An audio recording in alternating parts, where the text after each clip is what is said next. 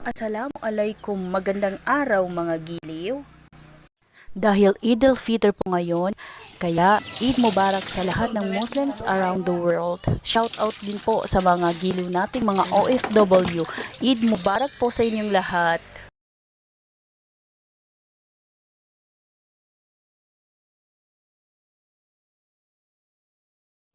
Ang lulutuin po pala namin ngayon ay adobong gansa. Ay hindi po pala ako yung nagluto. Siya po yung bayaw ko pong nagluto.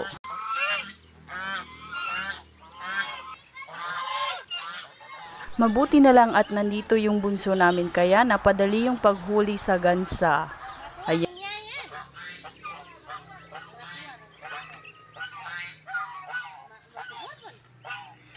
Kaso nga lang parang medyo maliit daw yung gansa na kanyang nahuli kaya yan pinakawalan at naghuli ulit siya ng yung mas malaki na gansa. Tapos napasigaw pa yung pamangkin ko nung malapitan siya ng gansa. At si Mudra Bells naman napasabag sa pagtatagado. Ba't parang kinakausap pa ni Bunso? O ayan, gansa, ano ba ang last wish mo? Ay, hinahanap pala niya yung asawa ko na magkakatay.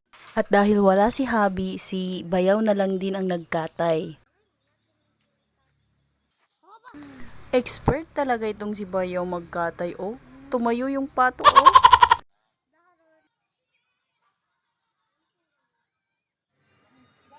Tamang-tama at bumubukal na rin yung tubig sa kawali kaya tumulong na rin si Bunso upang linisin ang gansa. At habang sila'y naglilinis, ako lang naman itong pa-video. Silang dalawa lang yung active dito ngayon kasi wala dito yung mga kasama namin dahil nag-harvest sila ng mangga.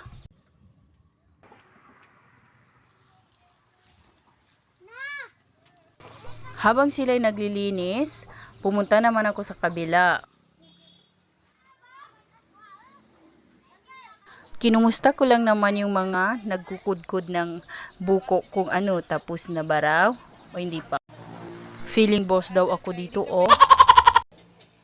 Yan po yung boss namin dito, oh. Huli nag-almusal kasi yung daming transaksyon. Nang matapos ng kudkurin, nilagay ko na rin ang buko sa lalagyan. Nilagay na rin namin ang gatas na buko pandan flavor at kondensada at cream densada. Pagkatapos, hinalo-halo na rin at nilagay na rin namin ang yelo.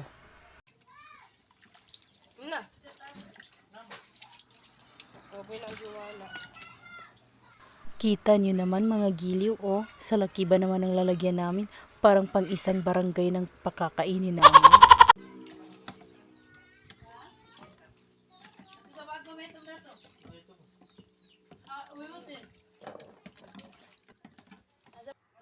Inislice ko na rin pala yung kalahati ng papaya para panghalo dun sa ating buko salad. Kalahati lang yung inislice ko kasi ang kalahati ay ipapakain naman sa alaga naming ibon. Love your pets nga, ika nga nila. Tapos sa sunod nito, buhaya ang gagawin naming pet. Huy, OA! Ba't parang ang tagal kong mag-slice dito? Akala mo naman daming gi-slice, kalahati lang naman yan.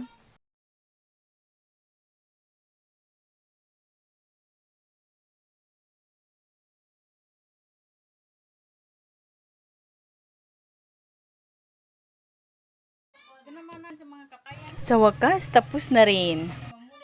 At hinalo ko na rin sa isang box na buko. At ito nga yung usapan ng mga kasama ko dito. Ito na lang daw yung pananghalian namin. Late na rin kasi kami nag-almusal.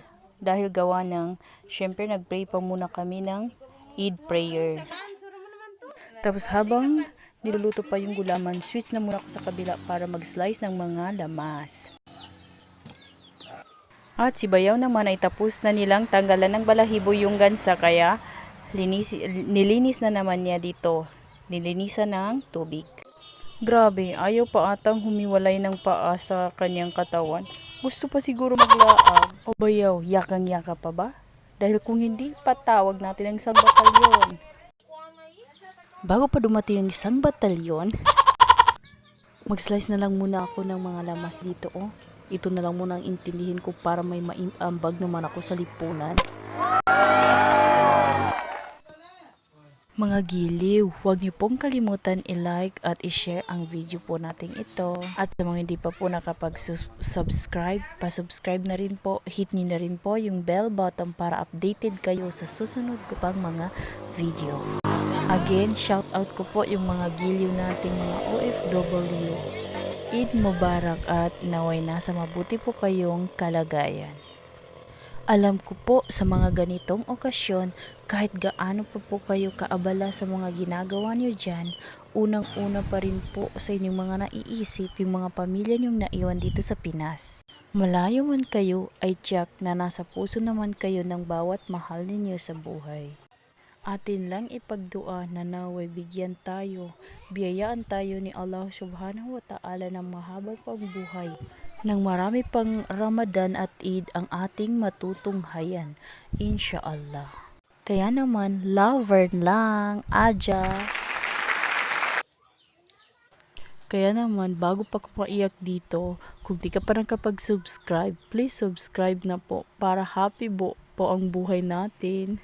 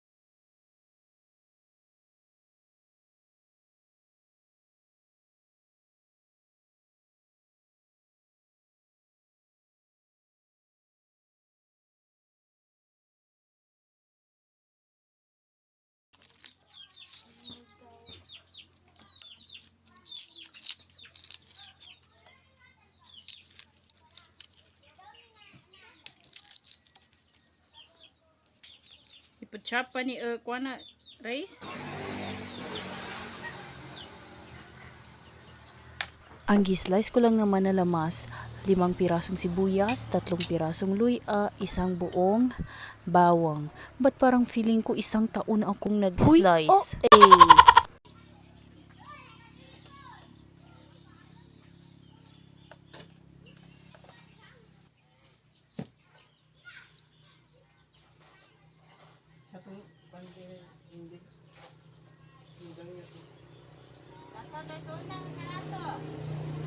At dahil tapos na ako sa aking ginagawa, kaya si Bayaw naman, it's your turn na para mag-slice naman ng gansa.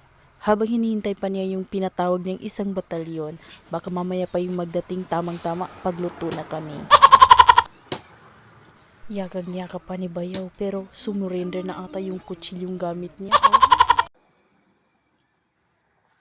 Oh, dito tayo sa bolo. Siya, Rodi ma-slice. Ay.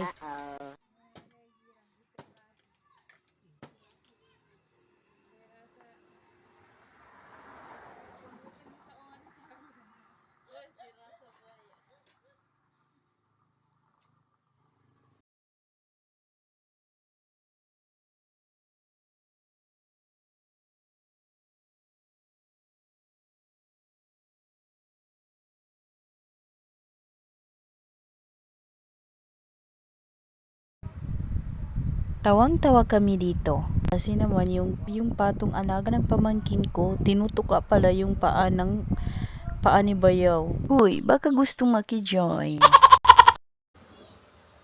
Nailagay na rin pala ng kapatid ko yung dalawang klase ng gulaman sa aming buko salad.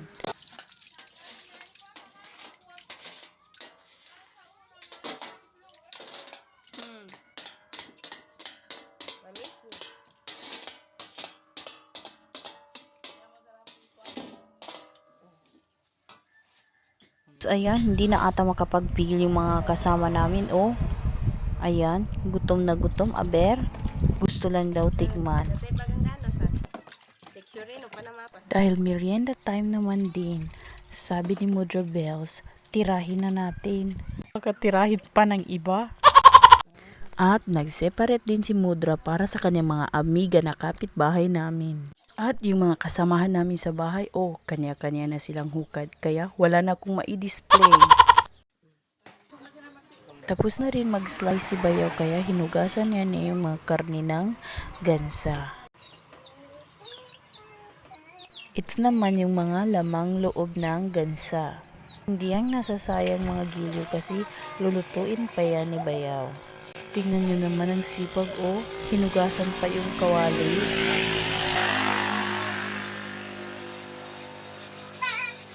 Tapos yung asawa sa duyan, oh, ang pasarap lang sa buhay. Patulog-tulog.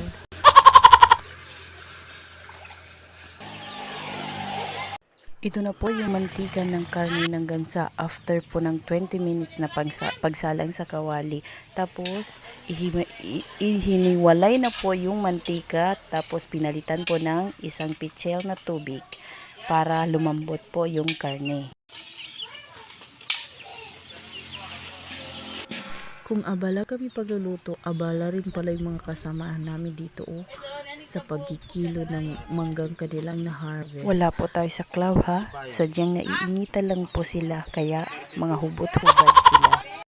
Isinalang na pala ni Bayaw yung taba ng gansa. Tapos, dyan din niya pipirituhin yung mga lamang loob, yung mga isaw, atay at batikulon. Ayan, oh, nagamantika na siya.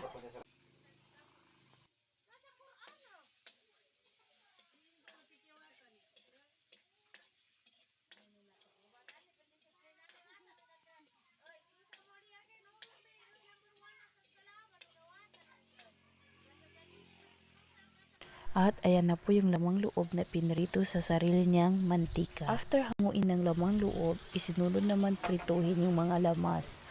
Una pinrito yung bawang, sibuyas at ang luya. Medyo late na rin kaya yung mga kasamahan namin dito, medyo gutom na rin sila. Pero sabi ko, hintay-hintay na lang dahil ilang saglit na lang ito.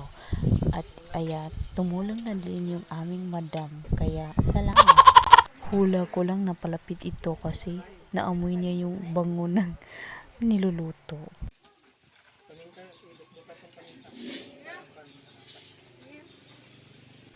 Ayan, after na mag-simmer nung karne, ubos na rin lahat nung isang pichel na tubig na hinalo.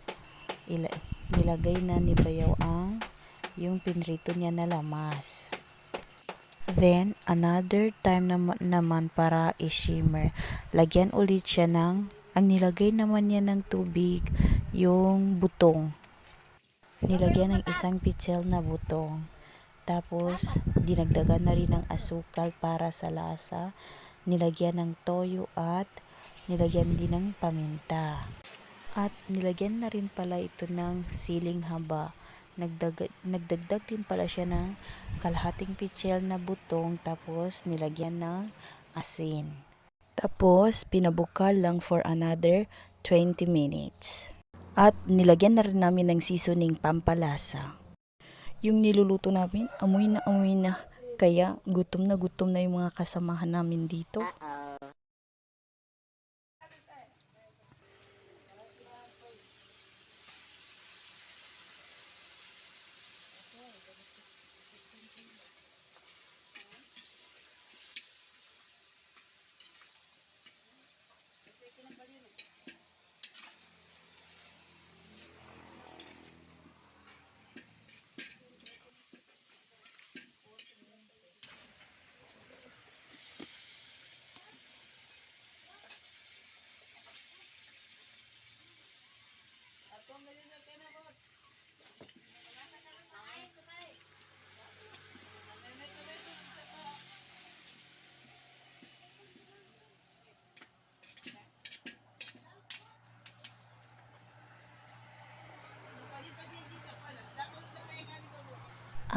Matapos ang 3 buwang paghihintay, Uy, luto na rin okay. yung aming adobong gansa sa butong. Mga giliw amoy pa lang, nakakagutom na. Hahanguin na namin at nang makapag-prepare na kami, late na rin kasi mga past 3 p.m. na rin ito siya naluto.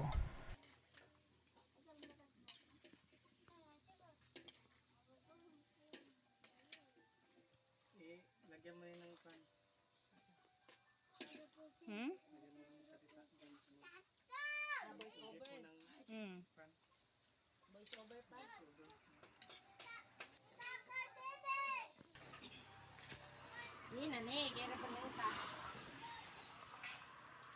And there you have it, the signature adobong geese. At naghihintay na rin yung decor ko na DIY sa lamesa. Ginutom talaga sila, kaya wala na kaming picture taking. Kanya-kanyang hukad, kanya-kanyang serve sa kanya-kanyang mga pamilya. Kabidyo ko ka. O siya, paalam na mga giliw ha, at papakainin ko muna itong pamilya ko. Thank you for watching. Don't forget to subscribe. Bye-bye. See ya.